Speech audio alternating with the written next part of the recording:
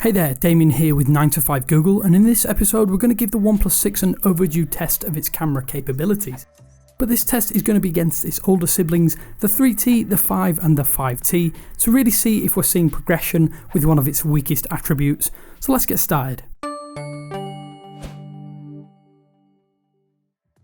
Firstly, we have an outdoor lighting test with the 3T's 16 megapixel sensor doing a solid job of this tree and accompanying foliage. It doesn't quite manage to pack in too much definition, and it does underexpose these shots somewhat. When we move on to the 5 and the 5T, which share the exact same camera hardware in the same configuration, it does mean that they should produce the exact same quality picture. Here the 5 model does a superb job, the only sore point being this slightly darker tree bark considering the lighting position. It's corrected with the 5T model, which much like the 5 has done a poor job of the bright sky, but an excellent job of the rest of the foliage, and it's maintained a very good level of detail. Now objectively the 6 produces a washed out image. Bear in mind that all devices have the same auto exposure and HDR mode settings enabled, so it should do much better. It's simply washed out. Once you get these images side by side, you can clearly see just how poorly the latest and greatest flagship killer has done in this particular test. For me, I'd have to say that the 5T produces the most visually pleasing image. The 6, unfortunately, is a bit of a washed out mess. Let's see the difference though with this same lighting, and let's add in some shadows. Here the 3T does well again. It's only got one sensor and a slower aperture than the other 3 smartphones in this test, and it's really making a fist of this fight. The shadows on the bridge do get a little too dark, and the sky is slightly overexposed, but overall I'd say it's a decent 7 out of 10 image. Now with the 5, that also does a great job, but again struggles with the shadows under each archway. Things get a little bit muddy in these portions, but overall I'd be happy with that picture every single time. Where the 5T differs is that tiny extra bit of exposure in these shadows for an almost picture perfect rendition. The front of the bridge and the graffiti remain nice and legible, which is always a notch better in my book.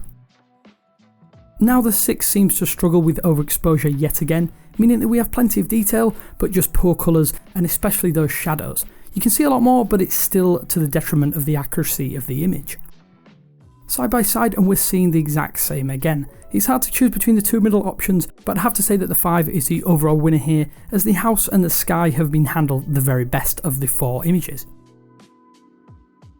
Now let's check up the close focus of each smartphone. You'll want this capability to be good for food pics to put on Instagram, and the OnePlus 3T does a really good job of this purple flower, with the main focus being good. Colour and exposure are also great, as is the background blur.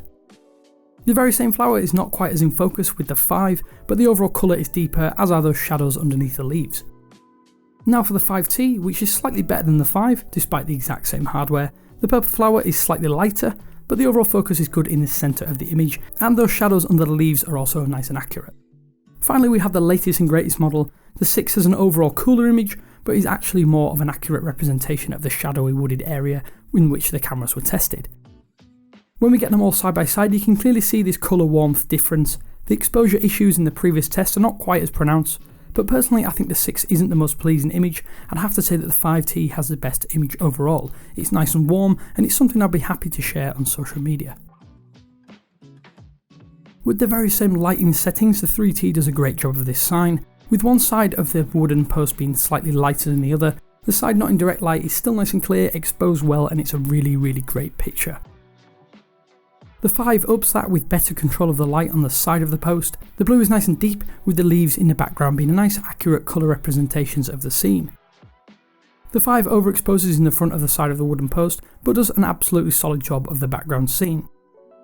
Unfortunately, we're seeing that very same overexposure issue of the 6 yet again.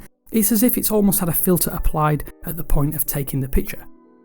You can see how drastic the change is once we have all of these images side by side. Clearly there's something odd going on here, but the best image has to be the 5 for overall quality and colour representation. In this colour representation test, the 3T does a fantastic job given the slower aperture and single lens setup. If this were the only image that I'd taken, then I'd be pretty pleased. There is some vignetting, but overall this is a textbook picture from one of the oldest devices in the test. Now the slightly better optics of the 5 model's attempts look nice and crystal clear, no overexposure, no vignetting per se. It's literally a picture perfect representation of the conditions it faced at the time of taking. It's an excellent effort, even if the conditions should be relatively easy for a camera like this to handle. The 5T does a great job given it's got the same hardware as the 5, with solid colour control, exposure's been nice and well handled, but it's slightly lighter than it should be, which is a little bit odd. Now the 6 is up to its old tricks with that overexposure. It's not a complete washout, but the light from the window just out of shot is clearly causing it problems. The software seems to want to keep the aperture as wide open as possible, even if it's not the best option for the scenario faced. Getting everything together, we can see it's doing a much better job, but it's the 5 and 5T that excel given the lighting conditions. Overall, I'd have to say that I prefer the OnePlus 5's image the most, but any of the 3T, 5 and 5T would leave me very happy. I personally want good low light performance with my smartphone, so it should be no different in this particular test. In my office, which has been artificially darkened, the 3T does an okay job of exposing this shot, but it hasn't fared brilliantly. Overall, it's a little darker than it should be. The 5 does an almost identical job, not quite enough exposure on the main subject. The background is fairly well exposed though, but there isn't much of a major increase in the quality across the entire image. The 5T yet adds another incremental improvement on the overall exposure. It's easily the best of the 3 images so far. Scary Terry's face is clearly exposed, whilst the colours are a little deep. It's a good picture overall. Now the 6 does a superb job, all things considered. It's nice and clear and the pink tones are very well preserved without adding noise or any sort of vignetting given the darkened room. It's also cooked particularly well with the background lighting. When all of these images are compared directly, it becomes apparent which is the best. The OnePlus 6 finally showing us what it's capable of without causing itself too many problems with overexposure.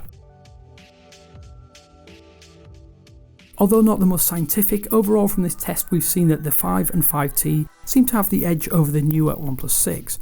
This could possibly be due to an issue with aperture control within auto exposure mode, and I'm sure it could be resolved with a software update. Whether or not this is an anecdotal issue remains to be seen. If you have experienced or have experienced something similar, then we'd love to hear from you. Drop a comment below this video or share with me some of your best images via Twitter. There'll be some links in the description below for that. Be sure to read the full comparison, which includes all of the raw image files for you to make your own mind up about, right down there in the description.